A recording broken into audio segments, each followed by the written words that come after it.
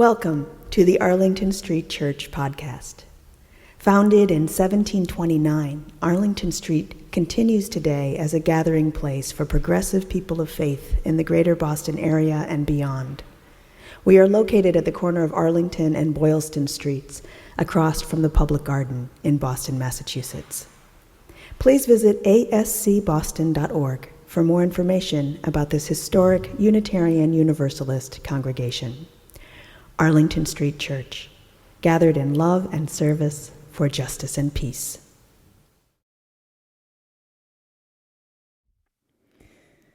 It took me longer than it should have to realize what I'm feeling is grief. We're doing a heroic job finding new ways to be together while apart. The sight of you singing hymns in your individual Hollywood squares feels like warm honey being poured over my heart.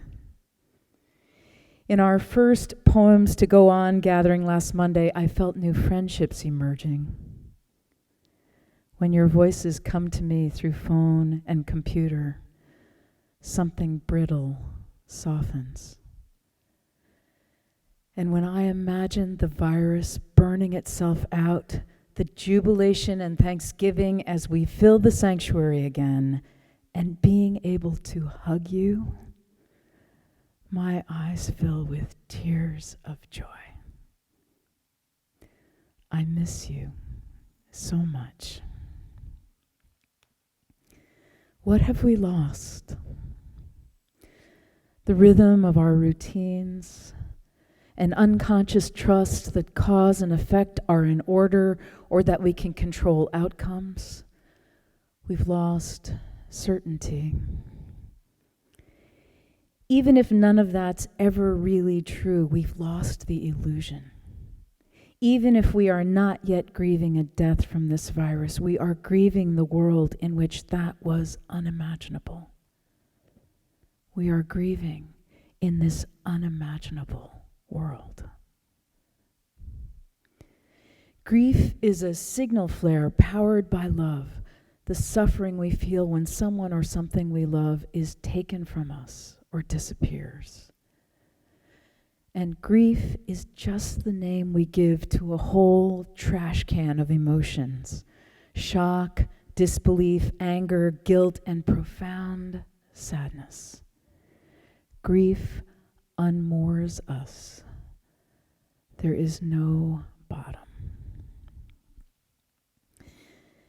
And if we've ever doubted the mind, body, spirit connection, grief brings us up sharply, disrupting our physical health. We struggle to sleep or sleep all the time.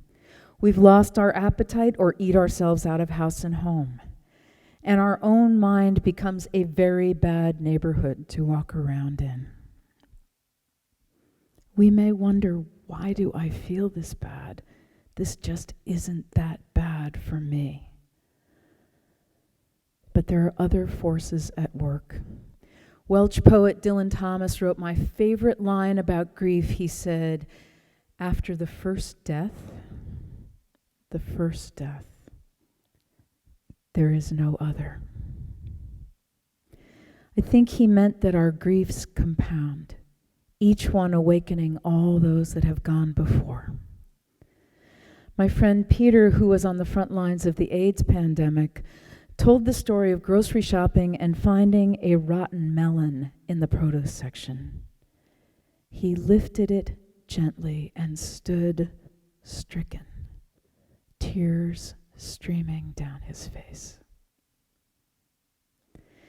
Grief sneaks up on us, and God's forbid if we don't feel the feelings right then and there. I promise you, they will lie in wait, and when we're least expecting them, leap out like a boogeyman from a dark closet. Unresolved grief festers and manifests in the ugliest of ways, as intrusive thoughts, depression, substance abuse, and poor health. Here are guidelines for living through grief. Acknowledge your suffering. Know that grief can set off many and varied emotions, including diffidence, terror, fury, and anguish. Understand that your grief is all yours. It may look very different from others' grief. Speak up and seek support from those you love. Remember that a text or a postcard is helpful. A phone call can be a lifeline.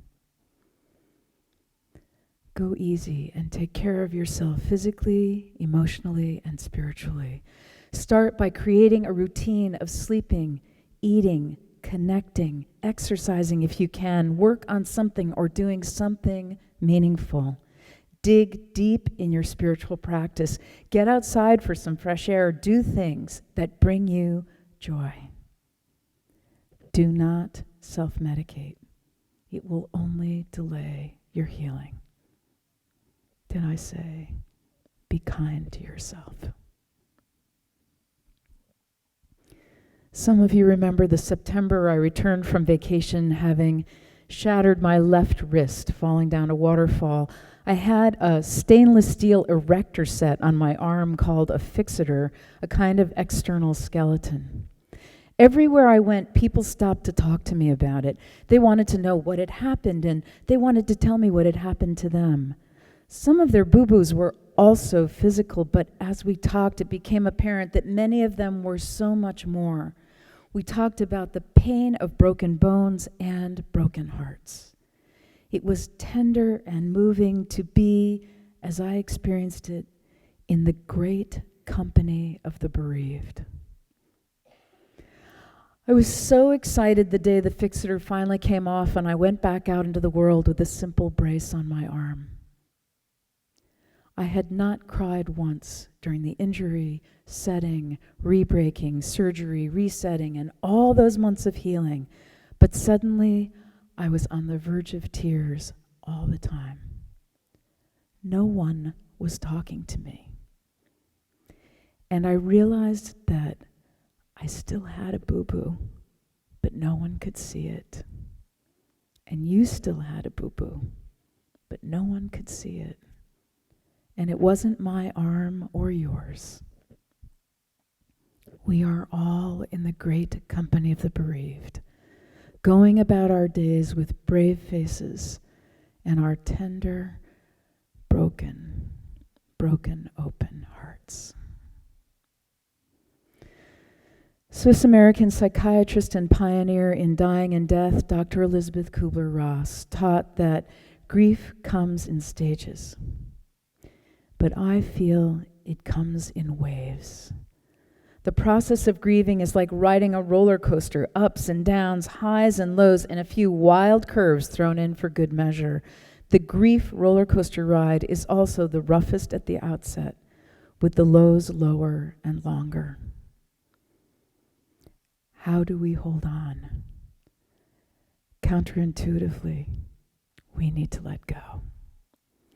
If we cling too tightly, we delay the inevitable, stepping off the map of our known universe and wandering bravely, if shakily, into an uncharted future. My strategy is to reflect deeply on the essence of what I love that has been lost, and to make a decision about how I intend to carry that forward. Perhaps, like me, some of the best parts of you are the parts of those we loved that we carry on. Gratitude heals. The strongest markers of this grief that so many of us are carrying now are anxiety and fear and anxiety, natural reactions to being profoundly destabilized as the landscape of the virus changes daily, if not hourly. I learned a breathing, kind of singing technique from Emma Doyle, a yoga teacher and surfer on Cape Cod who witnessed the shark attack 2 summers ago that took the life of Arthur Medici. Emma writes, after Arthur died, anxiety hummed like a bass line through my body, accentuated by panic attacks when I tried to get back in the water. What had been a safe and therapeutic place became my worst nightmare. My imagination ran wild. My breath would quicken, my vision narrow, and I'd lose feeling in my face and fingers. Emma went to a free community meeting hosted by psychologist Peter Levine to help people begin to heal their trauma and grief. She writes, Dr. Levine asked us to tell of our experience. The room was quiet. I looked around, unsure of what I would say if I opened my mouth. My vision narrowed again. I began to cry and then breathe more quickly, unable to control myself. I felt the whole room turn toward me. Shame and terror flooded my body. Dr. Levine spoke to me gently. His request was simple. Breathe in deeply, he instructed. Then say the word VOO. V-O-O, VOO, as long as possible. It barely came out at first. VOO. Let's try it together. Let's breathe in and VOO. Ready? VOO.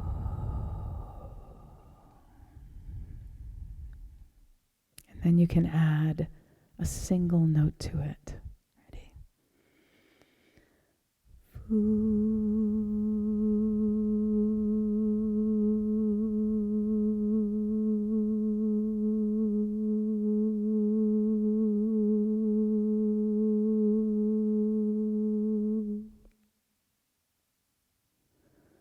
Emma writes, after a few more tries with Dr. Levine VOOing with me, I began to calm down. My chest stopped heaving, my breathing steadied, and the crying stopped. The VOO breath is a practice for de-escalating anxiety.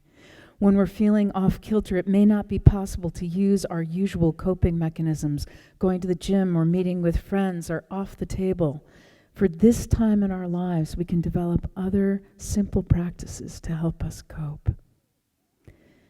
Emma Doyle concludes, when anxiety rides high, practice this. Inhale steadily and then sing the word VOO as long as you can. Repeat until you feel calmer. Shall we do it again together now? Ready?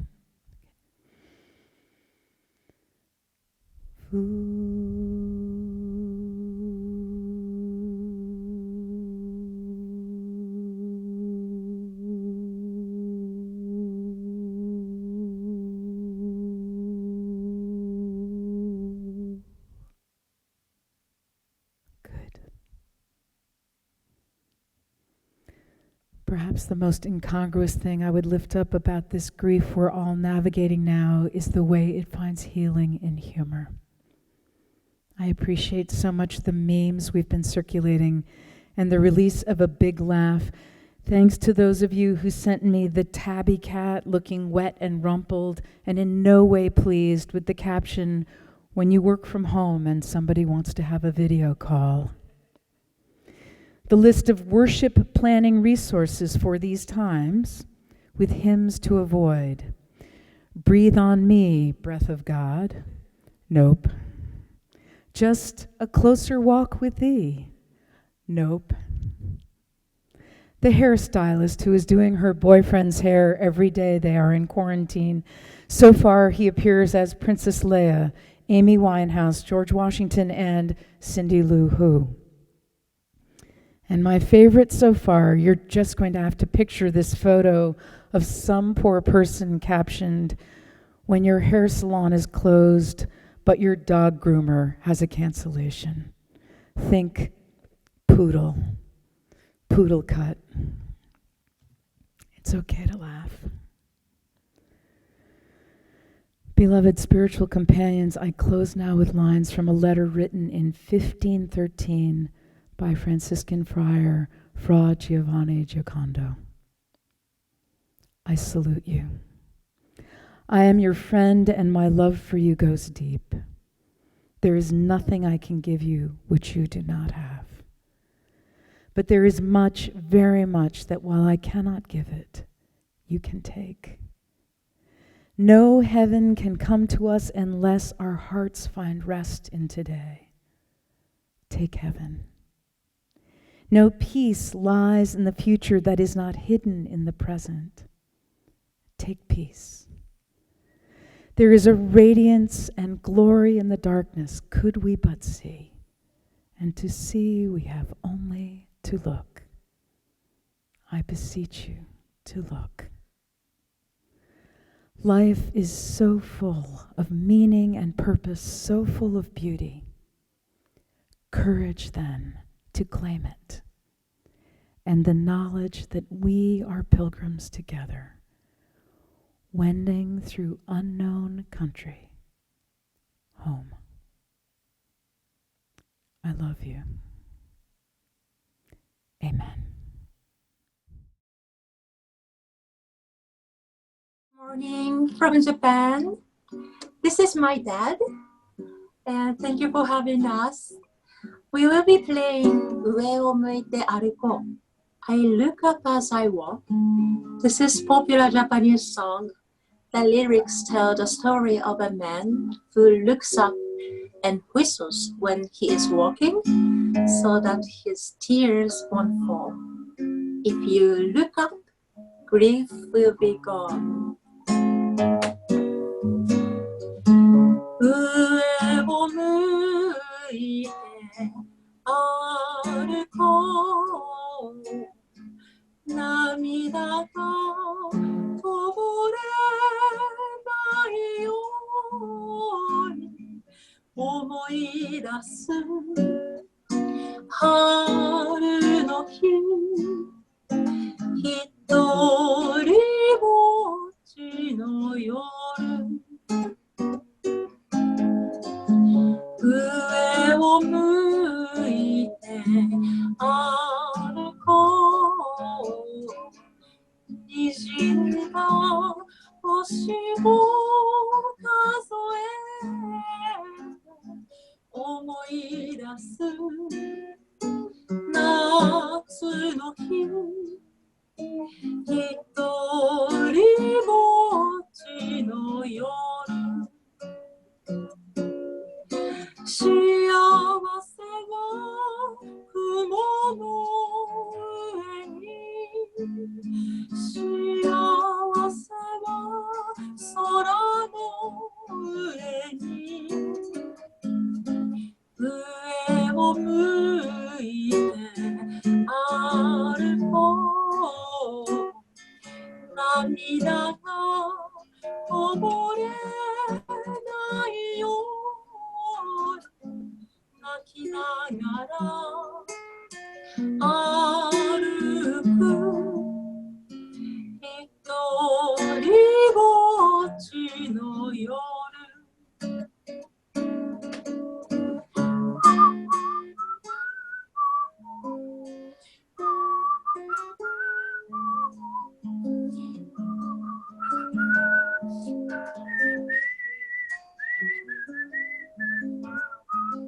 思い出す秋の日、一人ぼっちの夜、悲しみは星の影に、悲しみは月の影に、上を向いて歩こう。涙がこぼれないように泣きながら歩く。一人ぼっちの夜、一人ぼっちの夜。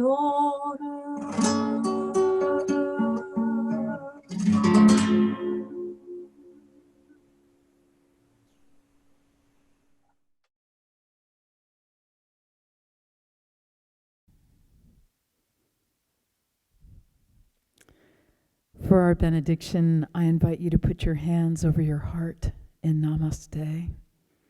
I bow to the divine in you. These are the words of Fra Giovanni. No heaven can come to us unless our hearts find rest in today. Take heaven. No peace lies in the future that is not hidden in the present. Take peace. There is a radiance and glory in the darkness, could we but see, and to see we have only to look. I beseech you to look. Life is so full of meaning and purpose, so full of beauty.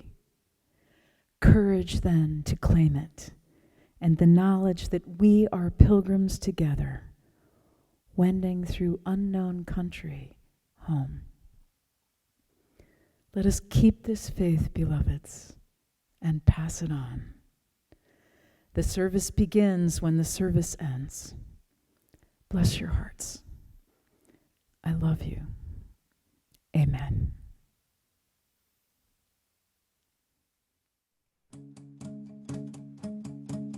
Where you go, I will go, beloved. Where you go, I will go. Where you go, I will go, beloved. Where you go, I will go. For your people are my people. Your people are mine. Your people are my people. Your divine, my divine. Where you go, I will go, beloved. Where you go, I will go. Where you go, I will go, beloved. Where you go, I will go. For your people are my people. Your people are mine. Your people. Please visit ascboston.org for more information about this historic Unitarian Universalist congregation. Arlington Street Church, gathered in love and service for justice and peace.